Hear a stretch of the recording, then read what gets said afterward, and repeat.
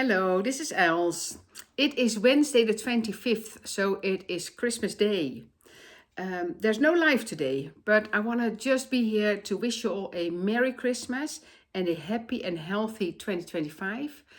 And I want to thank you all. Thank you for being part of the Elizabeth Craft Science family, bringing each other so much joy in your crafts and just meeting lots and lots of nice people. It's been truly an amazing year with meeting you all, seeing you all during the lives. Feels like I know a lot of you already. And we're just very grateful at Elizabeth Craft Designs for all the creativity and the love you've shown us. And and we're very grateful. And we'll very much look forward to a beautiful 2025. So again, a Merry Christmas and a happy and healthy 2025. And see you soon. Bye bye.